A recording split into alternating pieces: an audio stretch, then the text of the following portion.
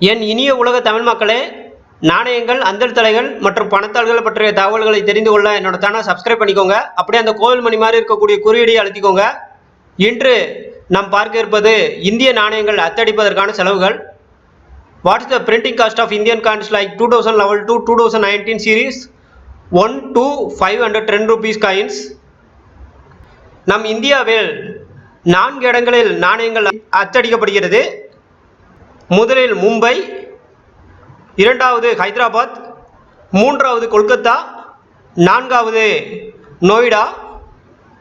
இதில் ஒவ்வொரு இடங்களிலும் ஒவ்வொரு வகையான நாணய குறியீடுகளை பயன்படுத்துகின்றனர்.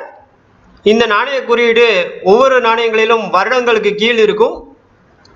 இதில் மும்பை வைரத்தை குறியீடாக வைத்திருக்கிறது, ஹைதராபாத் நட்சத்திரத்தை குறியீடாக வைத்திருக்கிறது, கொல்கத்தா எந்த ஒரு குறியீடும் இல்லாமல் இருக்கும், நொய்டா புள்ளியை குறியீடாக வைத்திருக்கிறது. நாம் இப்போது பார்க்க இருக்கும் நாணயங்கள் மும்பையில் நாணயங்கள் அச்சடிப்பதற்கான செலவுகளை பற்றி பார்க்க இருக்கிறோம். இது 2018 கணக்கின்படி ஒவ்வொரு ஆண்டும் இந்த நாணய அச்சடிப்பு செலவு வேறுபடும்.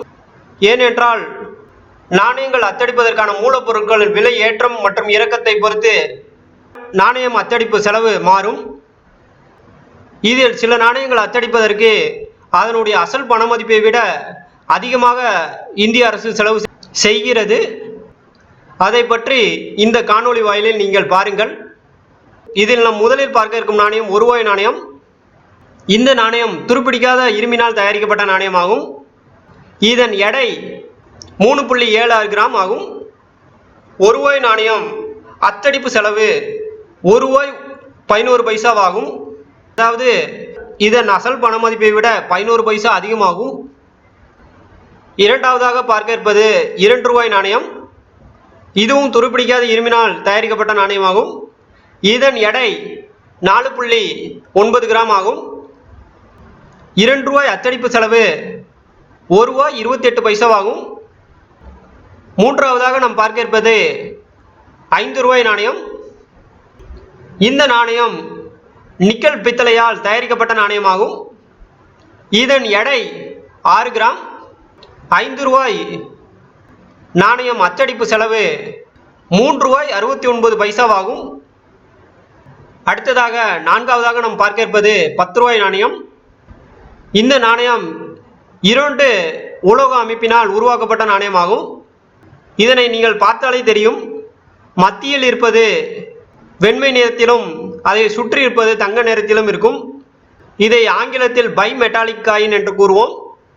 இந்த வெள்ளை நிறத்தில் இருப்பதை ஆங்கிலத்தில் இன்னர் எர்த் என்றும், இந்த தங்க நிறத்தில் இருப்பதை ஆங்கிலத்தில் அவுட்டர் எர்த் என்றும் கூறுவர்.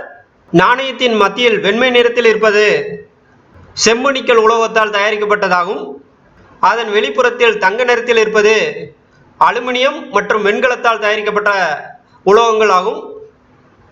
இதன் எடை 7.71 கிராம் ஆகும். 10 ரூபாய் நாணயம் அச்சடிப்பு செலவு ரூபாய் 54 பைசாவாகும். இது அனைத்தும் மும்பை நாணய குறியீடுகளை வைத்து தயாரிக்கப்படும் செலவாகும். இது வெவ்வேறு இடங்களுக்கு ஏற்றால் போல் வேறுபடும். ஆனால் ஹைதராபாத்திற்கும் மும்பைக்கும் அதிக வேறுபாடு இல்லை.